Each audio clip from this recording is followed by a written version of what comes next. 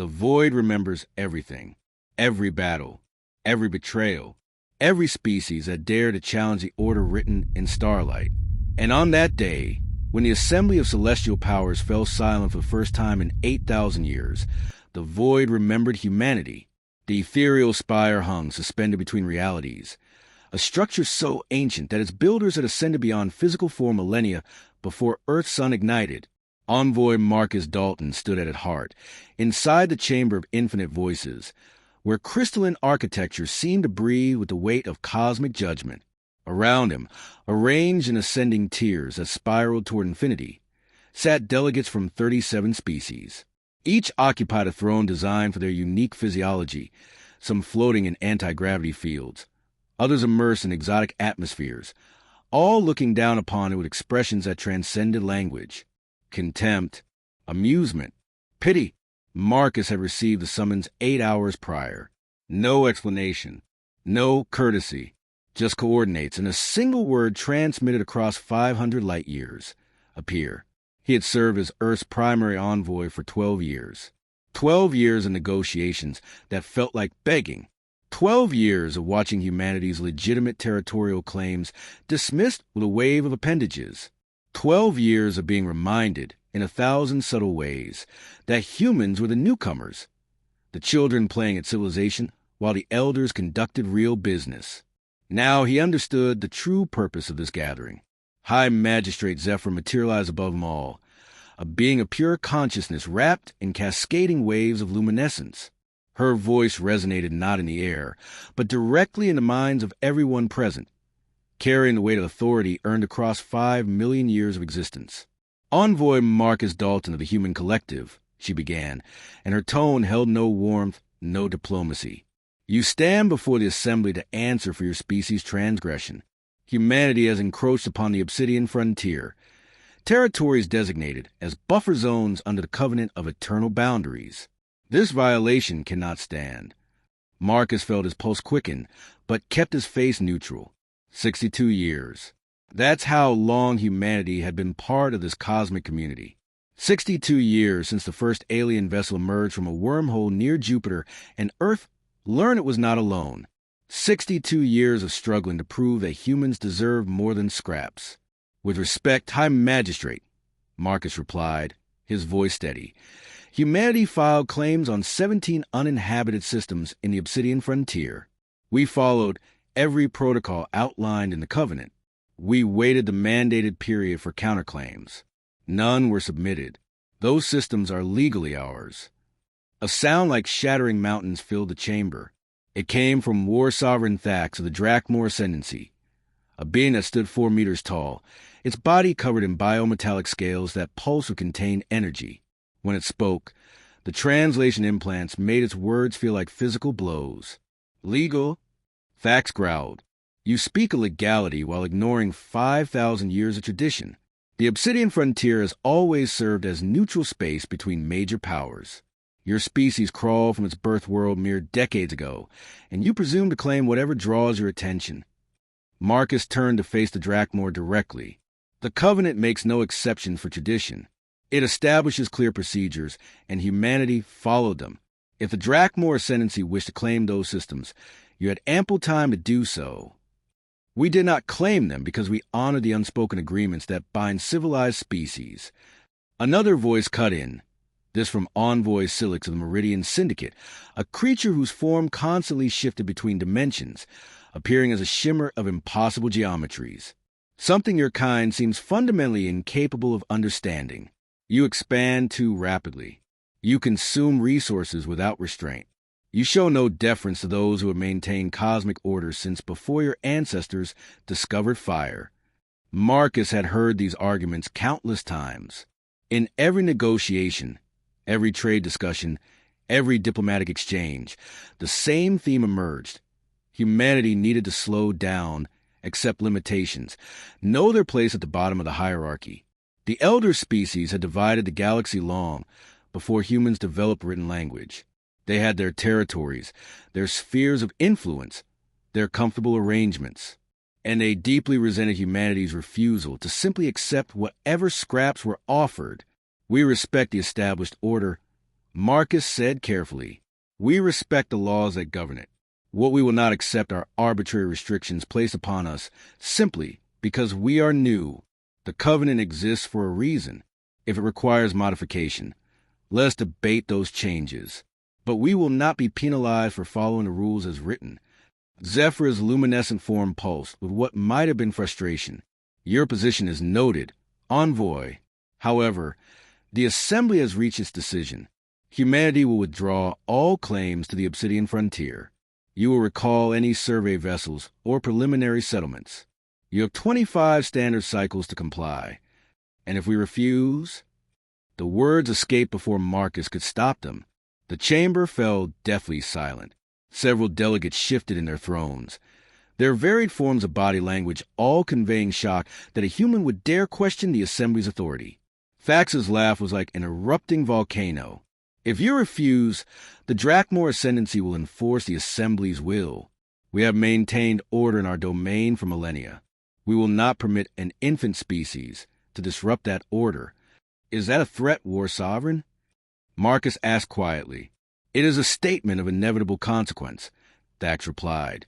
"We command 700 war vessels. How many do you possess? 80? Perhaps 100? You have been spacefaring for less than a century. Do you truly believe your primitive technology can stand against civilizations that have perfected warfare over eons?" Marcus looked around the chamber, meeting the eyes or analogues of each delegate. Some appeared smug, others uncomfortable. A few seemed genuinely regretful, but none spoke in humanity's defense. None questioned whether threatening a member species for following established law was just. This was the truth of the Cosmic Assembly, Marcus realized. For all their rhetoric about order and civilization, they were no different from any other power structure. Might mattered more than right. Age mattered more than merit. And humanity, young, small, vulnerable, could be pushed aside whenever the elder species found it convenient. "We will relay your decision to our government," Marcus said finally, his voice devoid of emotion. "I cannot guarantee they will accept it." "They will accept it," Zephyr said, and now her tone carried something like pity. "Or they will learn wisdom through suffering. We have witnessed many young species reach beyond their grasp. Some learned restraint, others learned pain. I hope humanity will choose wisely." The audience was concluded. Marcus could feel it in the way delegates began turning away, already moving to other matters. He had been heard and dismissed, his concerns recorded and ignored. He bowed slightly, a gesture that felt hollow, and departed the chamber. The transport back to the human diplomatic station took 30 minutes through the spire's dimensional corridors. Marcus sat alone, staring at the impossible geometries of transspatial architecture sliding past the viewport. The ethereal spire existed partially outside normal space-time, positioned at the intersection of multiple realities, perfect neutral ground for cosmic politics. It was beautiful. It was cold. It was utterly alien. Marcus wondered if Earth would survive the next 25 cycles. When he arrived at the station, his chief liaison was waiting with a secure quantum link already active. Admiral Chinyuki's face filled the holographic display, her expression grim. "I monitored the session," Yuki said without preamble. "They're not bluffing." "No," Marcus agreed. "They're not." Thax was explicit. "If we don't withdraw, the Drakmor fleet will remove us by force, and the Assembly will sanction it." Yuki was silent for a moment.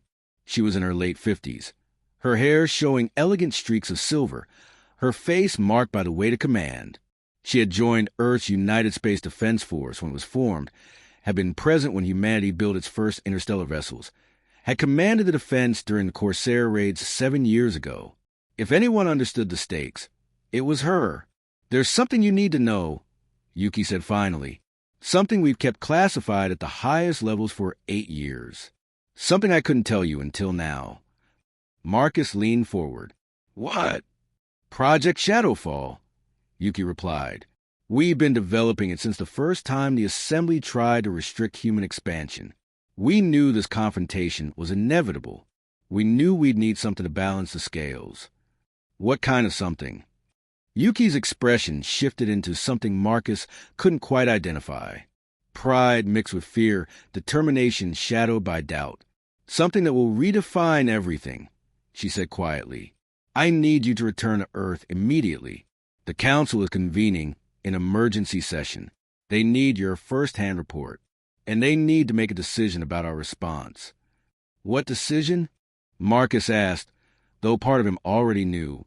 Whether we submit, Yuki said softly, or whether we show the galaxy what humanity has become. Dr. Elena Vasquez had been staring at her workstation display for so long that her eyes burned with exhaustion. The data from a Neptune research platform kept generating the same impossible results, and no amount of recalibration could explain them. Run it again, she told her team for the 23rd time that shift. Her lead researcher, Dr. Jamalose, looked at her with exhausted eyes. Elena, we've run the simulation 30 times. The data doesn't change.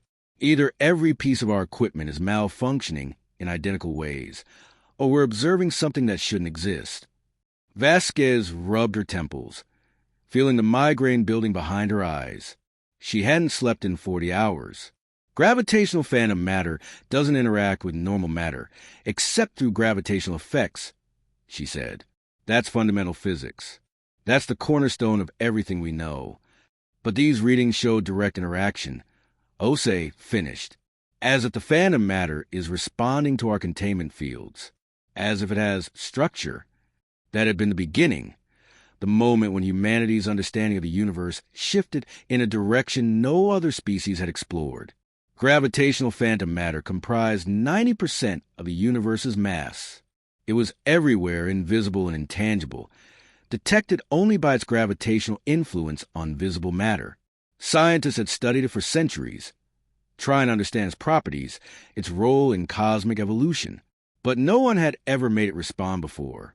Vasquez spent the next 8 months running experiments, each more precisely controlled than the last. And slowly, impossibly, a pattern emerged. Gravitational phantom matter wasn't just passive mass. It had quantum structure. It exhibited properties that resemble quantum field fluctuations. And under very specific conditions, using techniques no one had thought to attempt, it could be manipulated. Not easily, not safely, but it could be done. When Vasquez presented her findings to Earth's United Space Defense Command, Admiral Yuki had studied the data for 5 full minutes without speaking. Then she asked 6 words that changed everything. Can we weaponize this phenomenon? Envoy Marcus Dalton stood in the observation bay of the military transport, looking at what a security clearance had finally granted him access to see. The shipyard-designated station Erebus stretched across 150 kilometers of space, hidden in the Kuiper Belt where no alien surveillance would think to look, and docked in its massive berths were 15 vessels unlike anything humanity had ever constructed. They were magnificent in a terrifying way. Each measured nearly 1,500 meters long.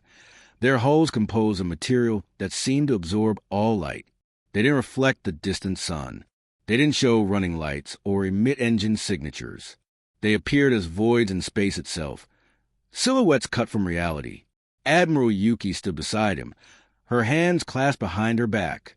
The Phantom-class warship, she said quietly. Project Shadowfall's culmination. 15 vessels that will either secure humanity's future or damn us forever. Marcus couldn't look away. What am I seeing? The future, Yuki replied, or the end, depending on how the next 25 cycles unfold. She gestured, and holographic displays materialized between them.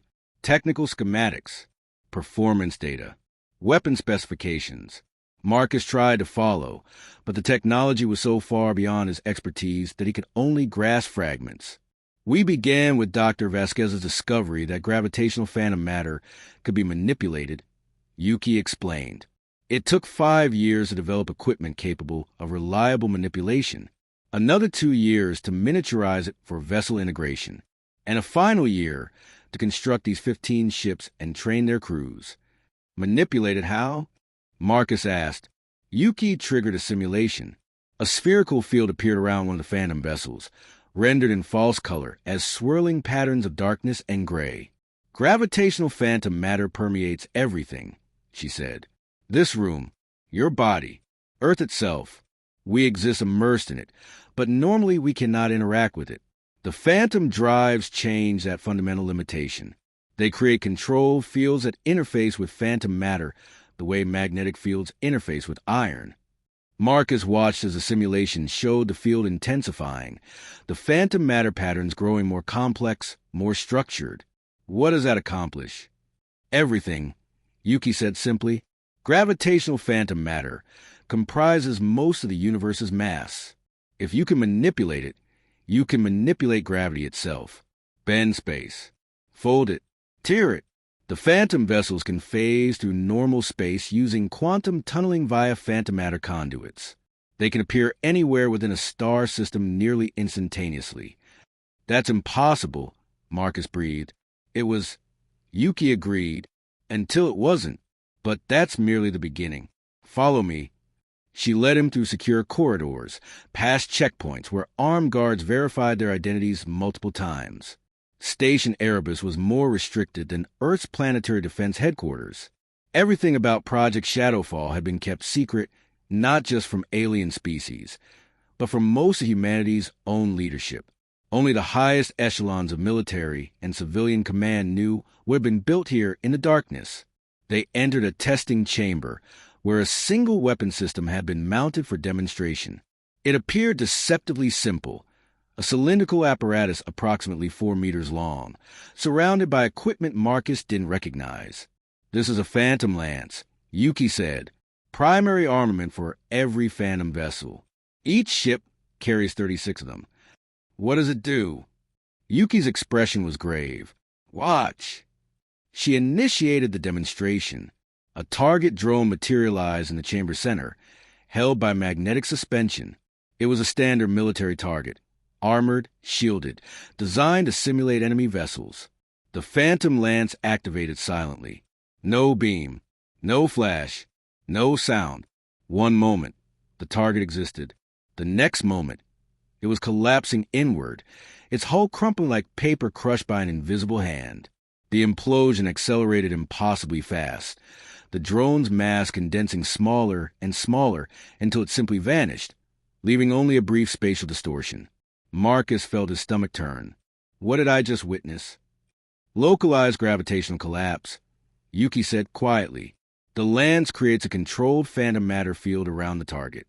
The field manipulates local space-time, generating a gravity well so intense that matter cannot resist. The target implodes into a micro-singularity, then evaporates. No explosion, no debris, complete erasure. That's not a weapon, Marcus said, his voice hollow. That's annihilation. Yes, Yuki agreed, and it's what we'll use if the Drakmor fleet comes for us.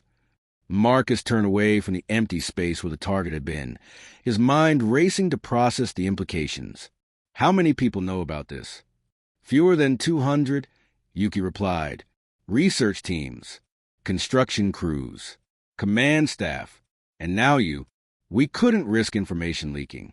If the Assembly learned we developed this technology, they would have united every elder species against us before we became operational.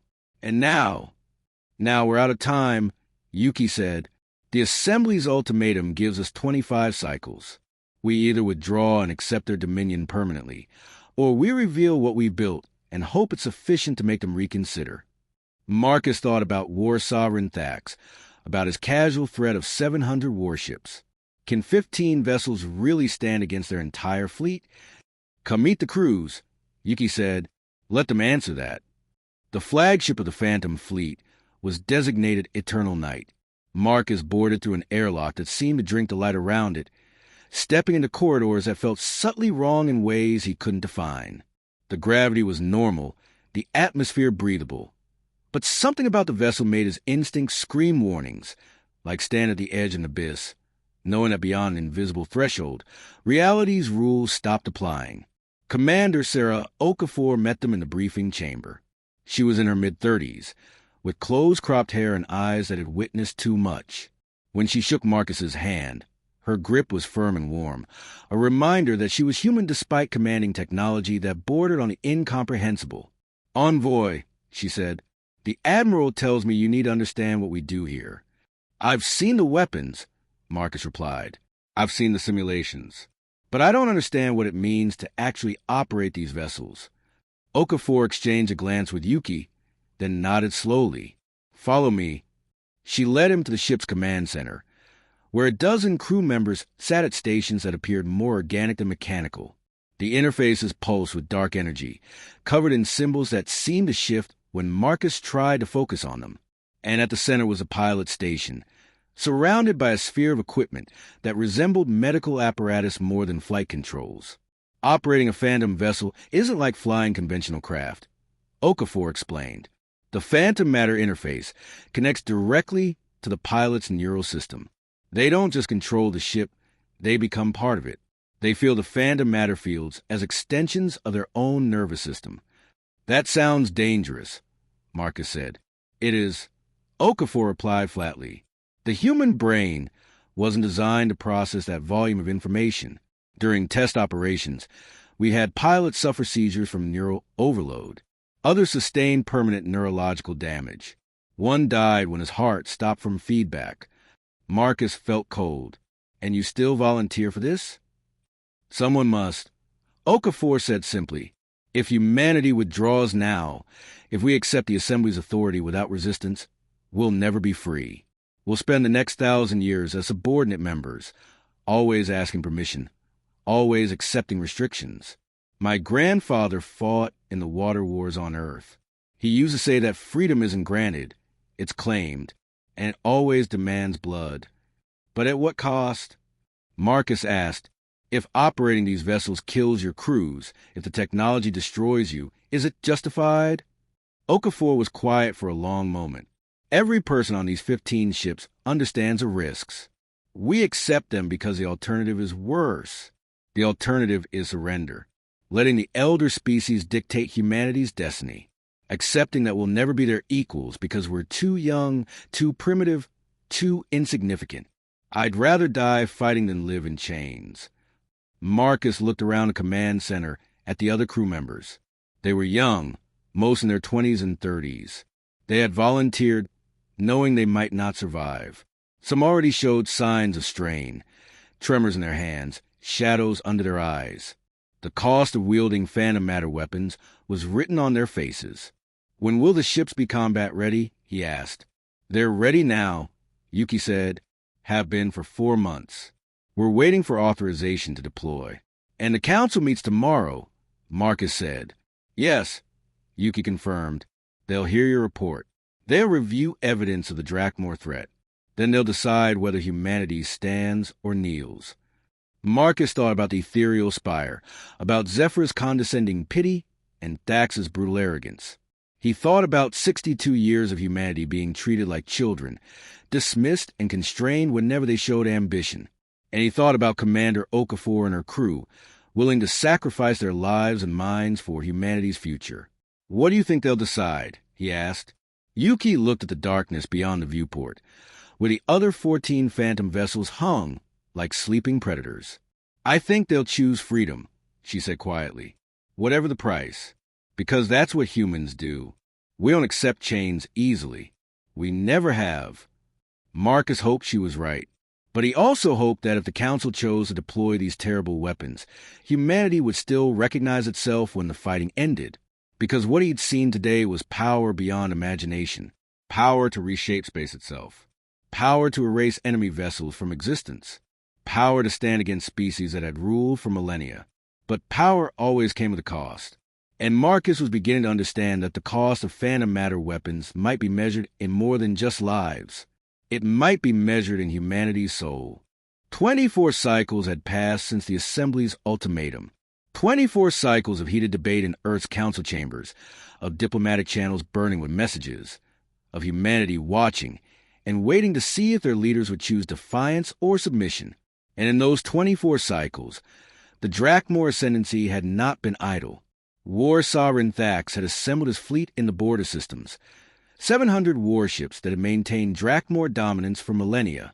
They were colossal vessels, each bristling with weapons capable of shattering planets or boiling oceans. The Drakmor had fought and won 4 major wars in their long history. They had crushed species that had dared challenge their authority. They were confident, certain, arrogant. The galactic news networks covered the deployment with breathless analysis. Commentators predicted how quickly the Drakmor would eliminate human resistance. Betting pools emerged among various species, wagering on duration. Some gave humans credit for stubbornness and predicted they might hold out for hours. Others thought the conflict would end in minutes. No one gave humanity a legitimate chance of survival. Envoy Marcus Dalton watched the coverage from his quarters at the diplomatic station. Feeling sick, he had returned to the ethereal spire for what everyone assumed would be humanity's formal capitulation. His aides had packed his belongings, preparing for the journey home. The human embassy would close. Humanity's seat in the assembly would be revoked. That was the expected price of defiance. They had no idea what was actually coming. The assembly reconvened on the 25th cycle, the chamber of infinite voices filling with representatives from 36 species. The atmosphere was somber, almost regretful. Several delegates offered Marcus sympathetic looks as he took his position at the chamber center. They believed they were witnessing the end of humanity's brief moment on the cosmic stage. High Magistrate Zephyr's luminescent form pulsed with what might have been disappointment. Envoy Marcus Dalton, the deadline has expired. Has your government reached a decision? Marcus felt his heart hammering. This was the moment. Everything depended on the next few minutes. He had received his instructions directly from the Prime Minister in a secure transmission hours earlier. 3 words that would change everything. Show them everything. The United Earth Coalition has reached a decision, Marcus said, his voice steady despite his racing pulse. We will not withdraw our claims to the Obsidian Frontier. Those claims were filed legally under the Covenant of Eternal Boundaries. We will not surrender them under threat. The chamber erupted. Representatives shouted in dozens of languages, translators struggling to keep pace. War Sovereign Thax's roar of rage echoed off the crystalline walls. Only Zephyr remained silent, her form flickering with what might have been sorrow. Silence! The magistrate commanded, and the chamber obeyed. Envoy Marcus Dalton, you understand the consequences? The Drakmor fleet will enforce the Assembly's decision. Your colonies will be removed. Human vessels will be destroyed. Are you truly prepared to accept this outcome? No, Marcus said simply. We are not. He produced a small device and held it up. Before the Assembly takes action, I request permission to present evidence relevant to your deliberations. A recording of recent events in human space. Thax's laugh was like grinding stone. What could you possibly show us that matters? Your primitive vessels? Your tiny settlements? We have seen them all. You haven't seen this, Marcus said quietly. I guarantee it. Zephyr studied him for a long moment, her ancient consciousness reading something in his expression. Very well. Present your evidence. Marcus activated the device, and a holographic projection filled the chamber center. The recording had been created 3 weeks prior, classified at the highest levels until this exact moment. Now the entire cosmic assembly would see what humanity had kept hidden for 8 years. The scene showed space near Saturn, the ring giant dominating the background. A small convoy of human vessels moved through the system. Civilian ships carrying supplies to outer colonies. Lightly armed, unprepared for combat. In the simulation, they represented easy targets. Then the ambush came. 60 Drakmor warships dropped from faster-than-light travel, surrounding the convoy. They weren't real. This was a simulation based on Drakmor tactical doctrine, created to test humanity's new weapons. But the Assembly didn't know that. They saw what appeared to be a Drakmor attack on human vessels in humanity's own territory. The Drakmor vessels opened fire, weapons tearing into the convoy's shields. Human ships scattered, trying to flee. Within seconds, 4 were destroyed. 3 more crippled, venting atmosphere. Then reality tore open. The first Phantom vessel appeared without warning, phasing into existence as if space had simply decided to create it. One moment, empty void. Next moment, a 1,500-meter vessel of absolute darkness, its hull absorbing all surrounding light.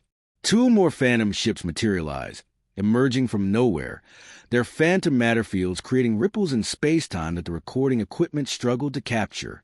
The chamber of infinite voices fell absolutely silent. Every delegate leaned forward, transfixed. No one had ever seen vessels like this. No one had imagined they were possible. The three Phantom ships didn't issue warnings. They simply opened fire. The Phantom lances activated, invisible to normal perception, but rendered in false color by the recording equipment's specialized sensors. And the Drakmor ships began to die. The first target collapsed inward, its massive hull crumpling like paper in a crushing fist. The implosion accelerated impossibly fast, kilometers of armored hull condensing into a point smaller than a human fist before vanishing. No explosion, no debris, just empty space where a warship had been. The second ship died identically, then the third, then 6 at once as all 3 Phantom vessels fired simultaneously. The Drakmor simulation force tried to fight back. Their weapons struck the Phantom ships with enough power to vaporize mountains.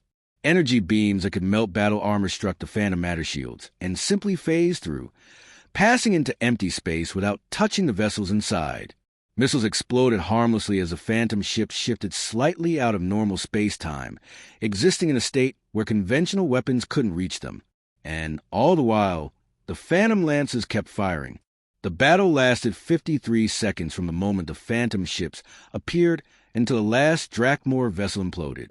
60 warships, each a masterwork of alien engineering, ceased to exist as if they had never been. The recording showed empty space, the rescue convoy, and 3 dark ships carved from the void itself. Then the projection ended, leaving the assembly in absolute silence. Marcus let the moment stretch, watching delegates process what they'd witnessed. Some looked confused, unable to accept what their senses had shown them. Others looked terrified, their species' various forms of body language all conveying primal fear. A few looked calculating, already determining what this meant for the cosmic balance of power. War Sovereign Thax was first to speak, his voice shaking with rage. This is deception, some kind of human trickery. No species could develop such technology so rapidly. It's not a trick, Marcus said calmly. The engagement you witnessed was a simulation conducted 3 weeks ago in the Saturn system. We used drone vessels programmed with Drakmor tactical patterns to test our new weapons. As you observed, the test succeeded. Impossible, Envoy Silix hissed, his dimensional shifting form flickering with agitation. Gravitational phantom matter cannot be weaponized. Every civilization has attempted it. The physics forbid it. The physics allow it, Marcus replied. We simply approached the problem differently than you did. While your species spent thousands of years assuming phantom matter was inert, we spent 8 years proving otherwise. He looked around the chamber, meeting every delegate's eyes. Humanity has developed a fleet of 15 warships equipped with phantom matter manipulation technology. These vessels can phase through normal space. They can appear anywhere within a star system nearly instantaneously. Their shields cannot be penetrated by conventional weapons, and their primary armament can eliminate enemy vessels by manipulating space-time itself. You're threatening the assembly, Zephyr said softly, her luminescent form dimmed. You're saying you'll use these weapons against us. No, Marcus corrected. I'm saying we possess the capability to defend ourselves. The Drakmor Ascendancy threatened to deploy 700 warships to remove our colonies by force. We're informing the Assembly that such an attack would fail catastrophically. Thax roared, rising from his throne. You dare threaten the Drakmor Ascendancy with your cursed weapons. We will bring our entire armada against you. We will crush your species and scatter your atoms across the void. You're welcome to try, Marcus said quietly. But consider what you saw in that recording. 3 Phantom ships eliminated 60 Drakmor vessels in under a minute. We have 15 such ships currently deployed, and we have the industrial capacity to construct more if necessary. The mathematical reality of that statement settled over the chamber like a suffocating blanket. If 3 ships could destroy 60 in under a minute, then 15 ships facing 700 would need only minutes to eliminate the entire Drakmor fleet. The numbers were simple, brutal, and undeniable. This is madness, Envoy Silix said, his voice hollow. You've weaponized a fundamental structure of the universe. Do you comprehend what you've done? We've done what was necessary, Marcus replied. For 62 years, humanity has followed the rules. We've respected the covenant. We've filed our claims properly. We've asked for nothing except the right to exist as equals in this community. And at every turn, we've been treated like children, dismissed, constrained, threatened when we showed ambition. He gestured at the empty space where the hologram had been. This is humanity saying we will not be pushed around anymore. We will defend our legal rights under the covenant. We will protect our colonies. And we will not bow to threats from species who believe age grants them the right to dominate everyone younger and weaker. Zephyr floated down from her elevated position, coming closer to Marcus than she'd ever come before. Her energy form pulsed with complex emotions impossible to read. You have frightened the galaxy today, she said quietly. Every species in this chamber now fears humanity. Is that truly what you wanted? Marcus thought about Commander Okafor and her crew, about the young men and women who had volunteered to interface with phantom matter weapons despite the risks. He thought about 62 years of humanity being treated as lesser, and he thought about the 17 systems in the Obsidian Frontier where human families were building homes and futures. What we want, he said firmly, is to be left alone to build our civilization without interference. What we want is for the Assembly to respect its own laws instead of making exceptions whenever convenient. What we want is to be treated as equals, not as children who need punishment when they step out of line. He paused, letting his words resonate. But if the price of that equality is fear, then yes, we accept that price. Better to be feared and free than liked and chained. The silence that followed was absolute and terrible. It was the silence of a galaxy realizing the rules had changed, that the comfortable hierarchy of elder and younger species had been shattered by 15 dark ships and weapons that bent the universe itself. Finally, Zephyr spoke. The Assembly will require time to consider this development. The directive regarding the Obsidian Frontier is suspended pending further deliberation. It wasn't a victory. It wasn't even an acknowledgement that humanity had been right all along. But it was a retreat. The first time in recorded history that the Cosmic Assembly had backed down from a decision because a younger species had proven strong enough to resist. Marcus bowed, a gesture of respect that no longer felt hollow. Humanity thanks the Assembly for its wisdom. We remain committed to peaceful coexistence with all species, but we will defend our rights under cosmic law. We hope that will be understood and respected. As he left the chamber, Marcus could feel every delegate's eyes following him. Some looked at him with hatred, others with fear, a few with something that might have been reluctant respect. But none looked at him with condescension anymore. None saw humanity as children to be managed. They saw equals, dangerous equals, frightening equals, but equals nonetheless. And that, Marcus thought, was worth every risk humanity had taken. War Sovereign Thax stood in the command center of his flagship, the Hammer of Dominion, watching reports flood in from across the Drakmor Ascendancy. The Assembly's suspension of their directive had been broadcast to every species within hours. When it came the recording of a human weapons demonstration, spreading like wildfire through diplomatic channels and news networks. His people were calling for blood. 5,000 years of Drakmor dominance in their region. 5,000 years of other species bowing before their military might. And now these humans, these infants who had barely learned to navigate the stars, dare to threaten them with weapons that should not exist. Thax's biometallic scales pulsed with barely contained rage as he watched the recording for the 100th time. 60 warships destroyed in 53 seconds. Not defeated in honorable combat, but simply erased from existence as if they had never been. The insult burned worse than the loss. The Drakmor did not retreat from battle. They did not submit to fear. They did not accept intimidation as a reason to back down. War Sovereign, his second-in-command, spoke carefully. The Assembly has suspended the directive. If we proceed with military action now, we act without their authority. The Assembly has shown weakness, Thax growled. They allowed themselves to be intimidated by a recording. A demonstration that could have been fabricated. They did not consider that the humans might be bluffing, that those 3 ships might be their only weapons. He turned to face his command staff, all loyal Drakmor who had served with him for decades. Prepare the fleet. All 700 vessels. We will advance into the Obsidian frontier and remove the human presence by force. If their phantom ships appear, we will overwhelm them with numbers. Even if the recording was genuine, they showed only 3 vessels. We have 700. They cannot be everywhere at once. His second-in-command hesitated. War sovereign if we lose. We will not lose. Thax cut him off flatly. The Drakmor have never lost. We will not begin now because of human tricks and deceptions. Ready the fleet. We advance in 8 hours. The news of the Drakmor fleet movement reached Earth before the ships had fully mobilized. Intelligence sensors detected the massive energy signatures as 700 warships prepared for faster-than-light travel. Within minutes, Admiral Yuki was in an emergency conference with the Prime Minister and military command staff. "They're coming," Yuki said without preamble. Thax refused to back down. The entire Drakmor fleet is preparing to jump into the Obsidian frontier. Prime Minister Elena Flores looked exhausted. She had aged a decade in the past month. The weight of leading humanity through its first major cosmic crisis pressing down on her shoulders. "Can we stop them?" "Yes," Yuki said simply, "but at a cost. The Phantom ships are ready for deployment.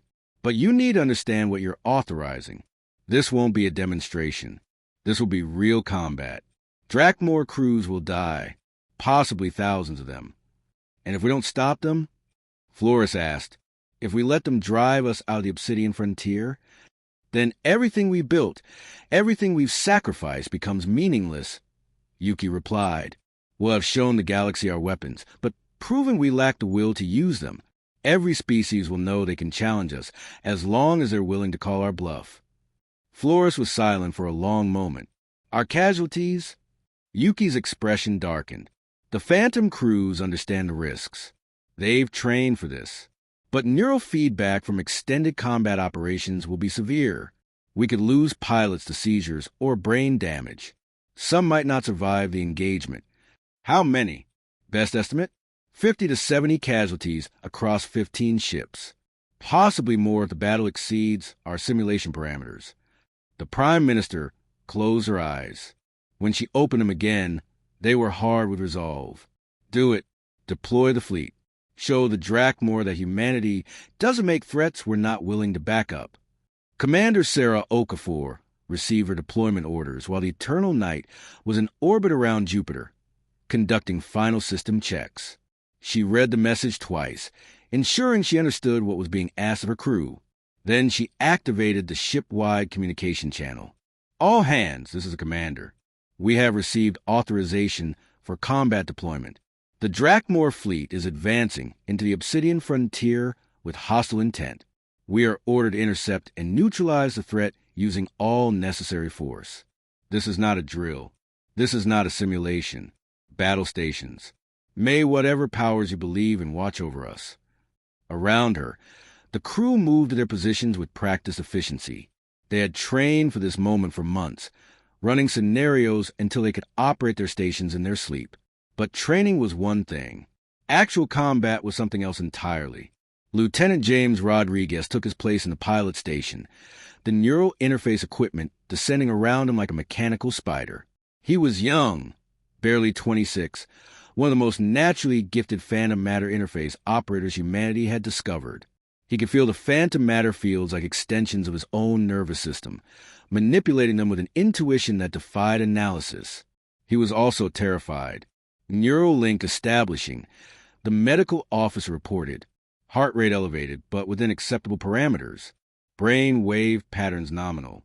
Rodriguez felt the interface connect, and suddenly the ship was part of him. He could sense the phantom matter field surrounding the Eternal Night, could feel the quantum states of millions of particles flowing through and around the hull. It was beautiful and terrible and overwhelming, like touching infinity with fingers never meant to grasp such power. "I have the ship," he said, his voice steady despite the fear coursing through him. All systems responding. The navigation officer reported. Jump coordinates locked. Obsidian frontier coordinates, matching predicted Drakmor fleet position. Okafor took a deep breath. "All Phantom vessels, this is Eternal Night. We jump on my mark. Remember your training. Trust your crews." And if you must choose between taking a risk or protecting your people, protect your people. Humanity needs us to win this battle, but we need to survive it too. She paused, looking around at her crew. They were so young, all of them, young and brave and about to face horror beyond imagination. Jump in 3, 2, 1 mark. The 15 Phantom ships phased out of normal space simultaneously, sliding through phantom matter fields in ways that conventional physics said were impossible. For a fraction of a second, they existed nowhere and everywhere. Quantum probability waves spread across light years. Then they phased back into reality in the heart of the Obsidian frontier, surrounded by the Drakmor fleet. War Sovereign Thax watched his tactical display and felt something he hadn't experienced in decades. Doubt. The human ships had appeared from nowhere, exactly as the recording had shown. One moment his sensors showed empty space. The next moment they showed 15 contacts that appeared as voids in his display, holes in reality itself. All ships. Combat formation, he roared. Surround them. Concentrate fire. They cannot phase forever. Eventually they must stand and fight. The Drakmor fleet moved with practiced precision, 700 warships forming a sphere around the 15 human vessels. Weapons locked. Fire control solutions calculated. In seconds, enough firepower to glass a planet would be unleashed. But the human ships moved first. Lieutenant Rodriguez felt the battle unfold to the neural interface, processing information faster than conscious thought could manage. He could sense the Drakmor ships, their mass creating gravitational signatures in the phantom matter fields.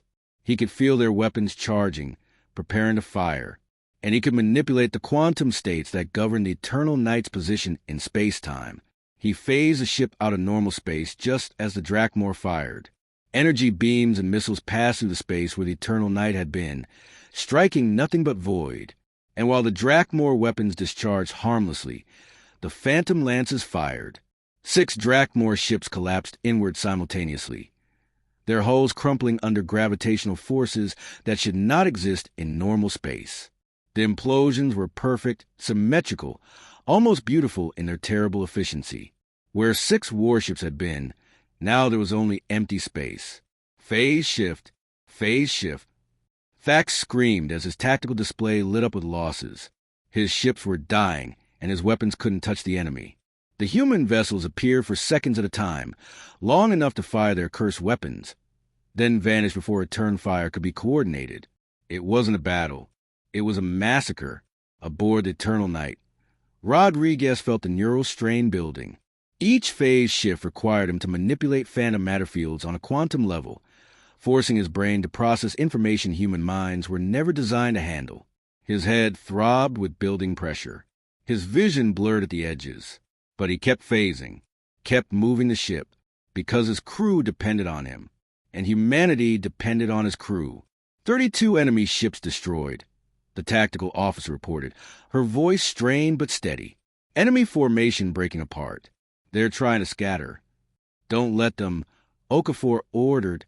They came here to destroy our colonies. They came here to teach humanity a lesson about knowing our place. Let's teach them one instead.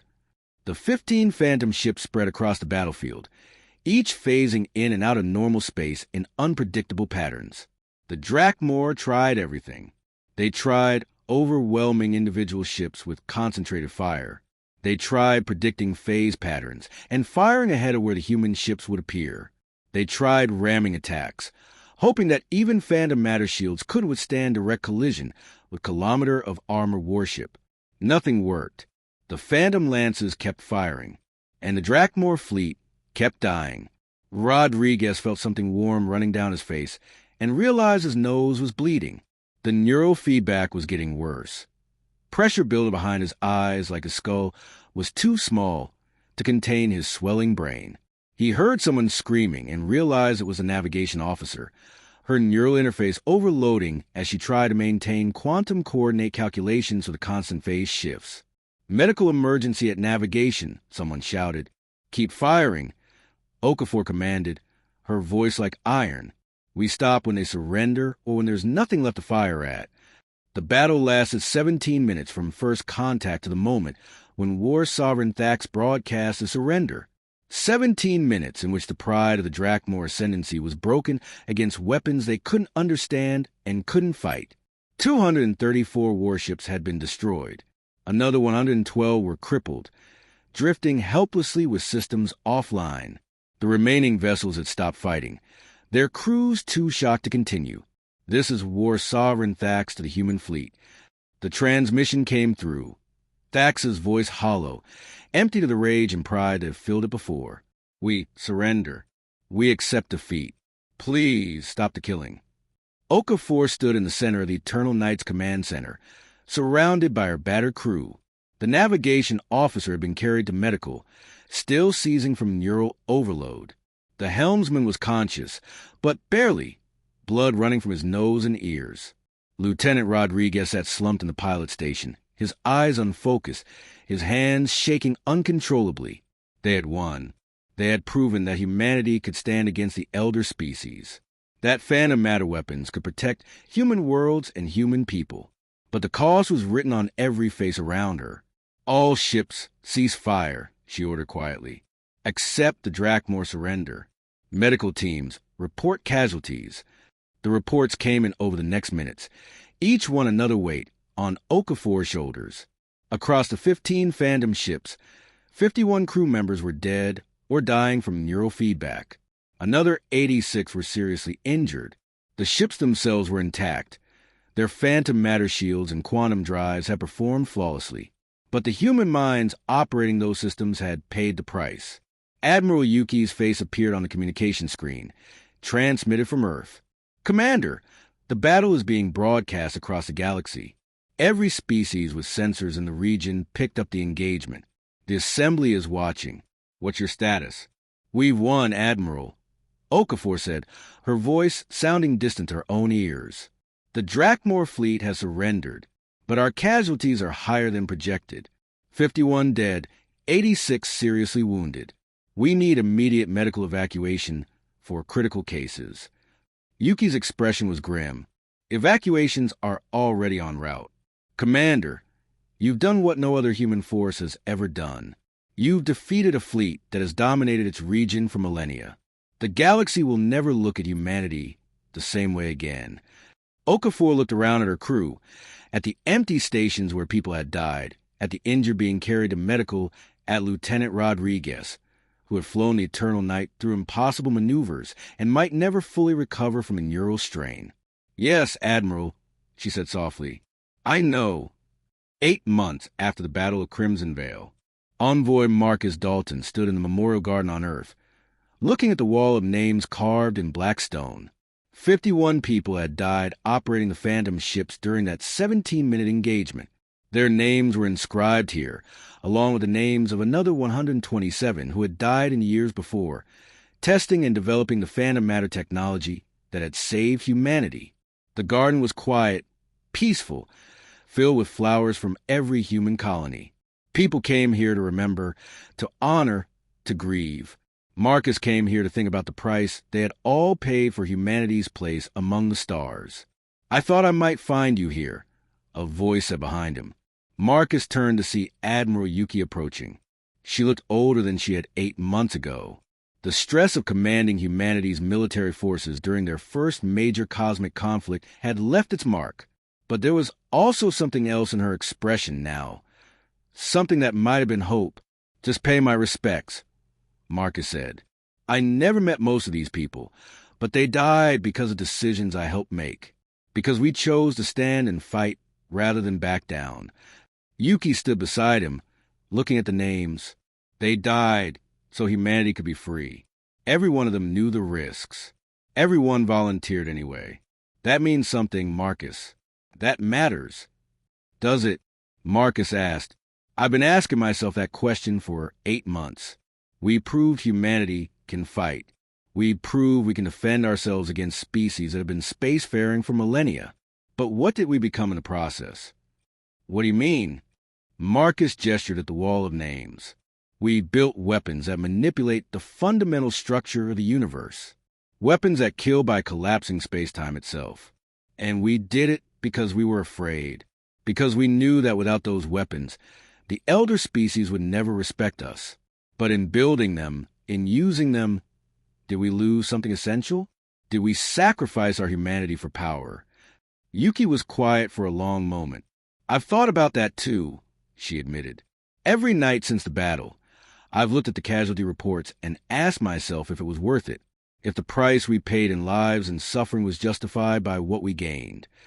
And Marcus pressed. And I don't know, Yuki said honestly. I don't know if there's ever a clear answer to that question. But I know that if we hadn't developed those weapons, if we hadn't been willing to use them, humanity would be in a very different position right now. The Drakmor would have driven us out of the Obsidian frontier. The Assembly would have learned they could threaten us into submission. And every human colony, every human settlement, would be vulnerable to any species that decided we were inconvenient. She turned to face Marcus directly. We didn't choose to be in this situation. We didn't ask the galaxy to be ruled by elder species who treat younger races like children. We tried diplomacy. We tried following the rules. And it wasn't enough. So we built weapons that would make them take us seriously. Was it right? I don't know, but it was necessary.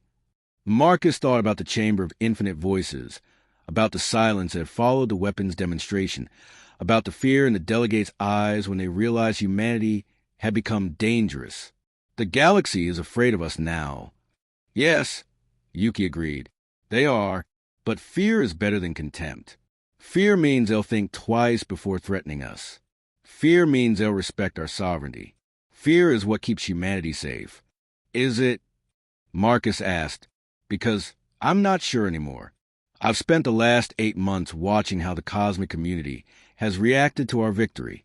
Some species have withdrawn their ambassadors. Others are building military alliances to counter the perceived human threat. The Andromeda Collective has proposed a treaty to ban phantom matter weapons. There are whispers of species developing their own versions of our technology. We may have won the battle, but we've started something we might not be able to control. Yuki nodded slowly. I know. I've read the intelligence reports. The galaxy is reorganizing around humanity's emergence as a major power. Some of that reorganization is hostile. Some is simply cautious. But you're right that we've changed the fundamental nature of cosmic politics. And the casualties keep mounting, Marcus said quietly. I visited the long-term medical facility last week, the place where they're treating the Phantom crew members who suffered permanent neurological damage. Lieutenant Rodriguez is there, the pilot of Eternal Night.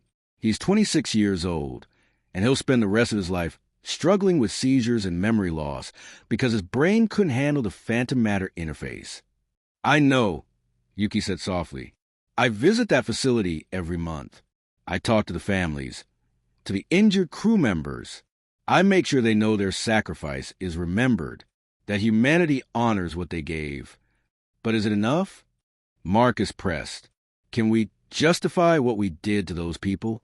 Can we justify the weapons we've created? Before Yuki could answer, Marcus's communication device chimed. He glanced at it and saw a priority message from the diplomatic station. I need to take this, he said. The holographic display showed High Magistrate Zephyra's luminescent form. She looked different than Marcus remembered, less certain, more tentative. Envoy Marcus Dalton, I apologize for the interruption. The Assembly has completed its deliberations regarding the events of the past 8 months. We would like to extend an invitation for formal discussions. What kind of discussions? Marcus asked carefully. A partnership, Zephyr said.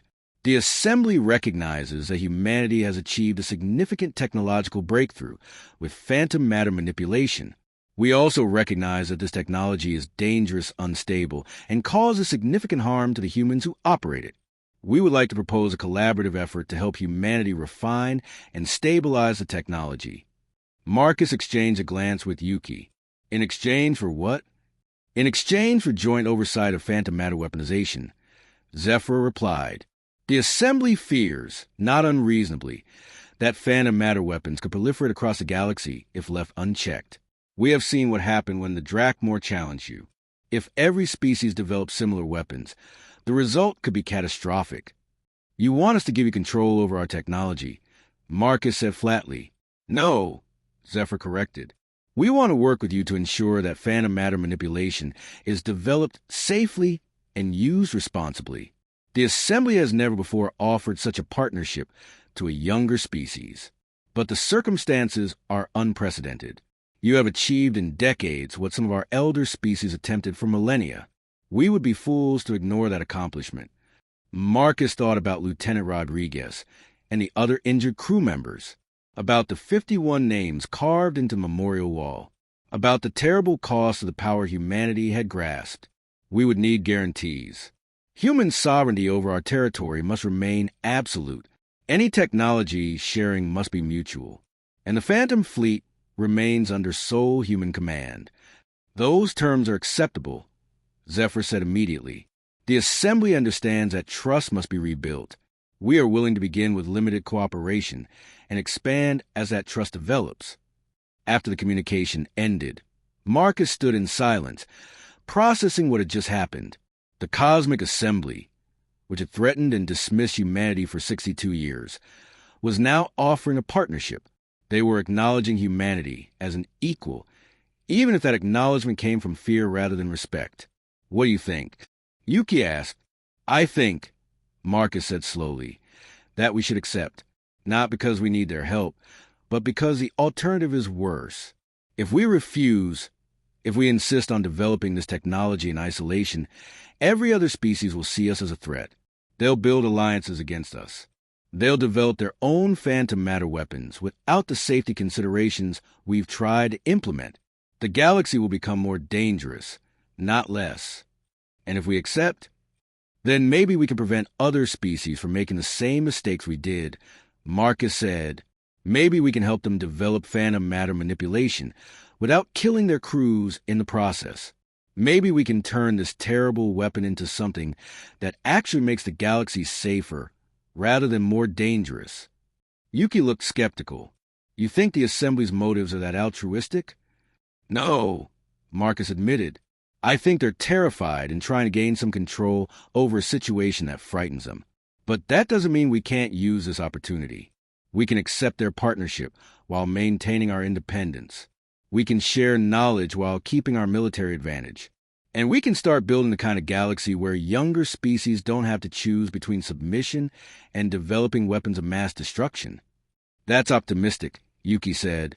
Maybe, Marcus replied. But I've spent 8 months thinking about the price we paid for power. And I've decided that if we don't use that power to make things better, if we just become another dominant force keeping other species in their place, then what was the point? Lieutenant Rodriguez and 51 others didn't die so humanity could become the next Drakmor ascendancy. Commander Sarah Okafor stood on the observation deck of the Eternal Night, now serving as flagship of the joint Human Galactic Phantom Matter Research Fleet. The ship had been rebuilt, incorporating technology from a dozen different species. The neural interface that had nearly killed Lieutenant Rodriguez had been replaced with bioneural systems that reduced strain by 98%. The casualty rate for phantom matter operations had dropped from 50% to 2%. It was still too high. Every loss still hurt, but it was better. Rodriguez himself stood beside her, now serving as chief instructor for new phantom matter interface operators. The seizures had been controlled with medical treatment. The memory loss had been partially reversed. He would never fully recover from what he'd sacrificed in the Battle of Crimson Vale, but he had found purpose in teaching others how to operate the technology safely. New class of trainees reporting next week, Rodriguez said. Mixed species group this time. Humans, Meridians, Luminarians, even a couple of young Drakmor. Drakmor? Okafor asked in surprise. Things have changed, Rodriguez said with a slight smile. After we defeated their fleet, the younger generation of Drakmor started questioning their traditions. Some of them see humanity's success and want to understand how we did it. War Sovereign Thax's daughter is in the new class. Says she wants to learn from the species that taught her father humility. Okafor thought about that 17-minute battle 25 years ago, about the Drakmor ships collapsing into nothing under the Phantom Lances, about her crew dying from neural feedback, about Thax's hollow voice as he surrendered. It had been brutal and terrible and necessary, but perhaps some good had come from it after all. Her communication device chimed. showing a message from Envoy Marcus Dalton. He was retiring after 35 years of service, and he wanted her to know that his last act as Envoy had been proposed expansion of the Phantom Matter Research Initiative to include open enrollment for all species, not just those with Assembly approval. The proposal had passed unanimously. Okafor smiled as she read the message. Marcus had been right all those years ago. Power without purpose was just destruction. But power used wisely, power shared carefully, power directed toward building something better than what came before, that could change everything. She looked out at the stars, at the galaxy humanity had fought so hard to survive in. They had built weapons that bent the universe itself to their will. They had proven that youth and determination could overcome age and arrogance. They had earned their place among the elder species through strength and sacrifice. But more importantly, they had used that strength to make things better, not just for humanity, but for everyone. The galaxy was still dangerous. There were still conflicts, still species who sought dominance, still problems that couldn't be solved with phantom matter weapons or technological innovation. But it was better than it had been. More just, more fair, more willing to give younger species a chance to prove themselves without demanding they bow first. The Battle of Crimson Vale had been 25 years ago. 51 people had died that day, and 127 more before that. Their names were carved in stone on Earth, remembered and honored. They had paid the price for humanity's freedom, for the right to exist as equals among the stars. Okafor hoped they would have been proud of what humanity had built with that freedom. In the memorial garden on Earth, new flowers bloomed. They were brought by children too young to remember the Battle of Crimson Vale. Planted by families who had never known the fear of the Drakmor threat, the garden had become a place not just of mourning, but of celebration, a reminder of what humanity had overcome and what they had chosen to become in the aftermath. Dr. Elena Vasquez, now elderly and retired, visited the garden once a month. Her discovery of phantom matter manipulation had changed everything, had given humanity the power to stand against species that had ruled for millennia. But it had also cost lives, had created weapons that terrified the galaxy, had forced impossible choices on people too young to carry such burdens.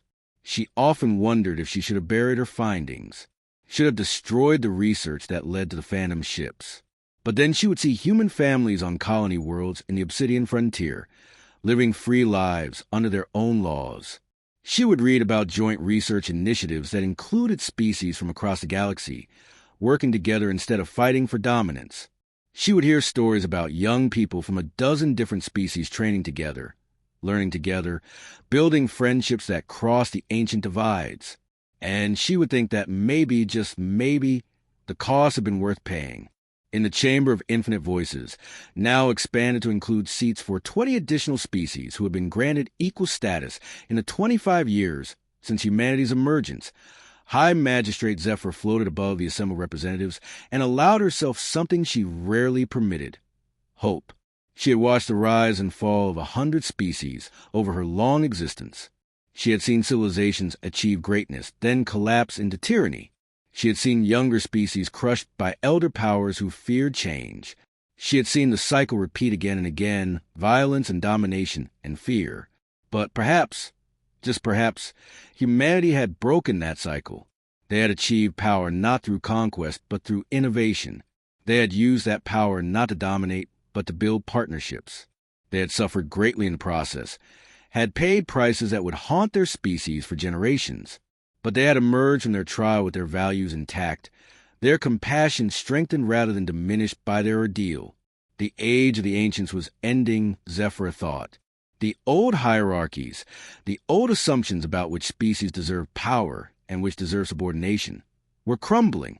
In their place, something new was being built, something better. Perhaps it should end, she decided. Perhaps it was time. The memorial garden would remember. The history books would remember. And people like Okafor, the ones who had been there, who had lived through those desperate days, would remember. That was enough. Envoy Marcus Dalton's final report, published after his retirement, was titled The Cost of Equality. In his introduction, he wrote, We won our place among the stars through strength and sacrifice. We proved that youth and determination could overcome age and arrogance. We forced the galaxy to treat us as equals rather than children. But we must never forget what that equality cost. We must never forget the 51 names and the 127 before them. We must never forget that power without wisdom is tyranny, and that strength without compassion is cruelty. We fought for the right to be free. Now we must earn the right to be worthy of that freedom. 25 years after the battle, the galaxy was different, not perfect, not peaceful, but different in ways that mattered. Younger species were no longer automatically dismissed. The covenant of eternal boundaries was enforced fairly instead of being ignored when convenient for elder species. The assembly had been reformed to give more representation to newer members. And humanity, the species that had arrived yesterday in cosmic terms, had become one of the voices that others listened to, not because they were the oldest, not because they were the wisest, but because they had proven they would stand up for what they believed in, even when the cost was terrible, even when the price seemed too high, even when backing down would have been easier and safer and more comfortable. Commander Okafor stood on the bridge of the Eternal Night, now more a research vessel than a warship, and thought about the long journey from that desperate 17-minute battle to where humanity stood today. The ship still carried its phantom lances, still maintained its quantum drives and phase shift capabilities. She hoped they would never be fired in anger again, but if they were needed, if some new threat emerged, if humanity's freedom was challenged once more, she knew the Phantom Fleet would be ready. The crews were better trained now, better protected, better prepared for the strain of operating phantom matter weapons. They wouldn't pay the same terrible price her generation had paid, or at least the price would be lower. Somewhere out there, in colonies and cities and ships scattered across hundreds of light years, 12 billion humans lived their lives. Most of them would never know the names of the people who had died to protect them. Most would never understand the impossible choices that had been made on their behalf. Most would simply live, work, love, dream, and die under the stars, taking their freedom for granted the way children take their parents' sacrifices for granted. And that was okay. Okafor thought. That was the whole point. They had fought so that future generations wouldn't have to. They had paid the price so that others could live free. The memorial garden would remember. The history books would remember. And people like her would remember. That was enough. The future was uncertain. It always had been. But for the first time in the galaxy's long history, that uncertainty felt like possibility rather than threat. And that was humanity's greatest gift to the cosmos. Not phantom matter weapons or quantum drives or technology that bent the universe itself, but hope. Hope that things could be better. Hope that change was possible.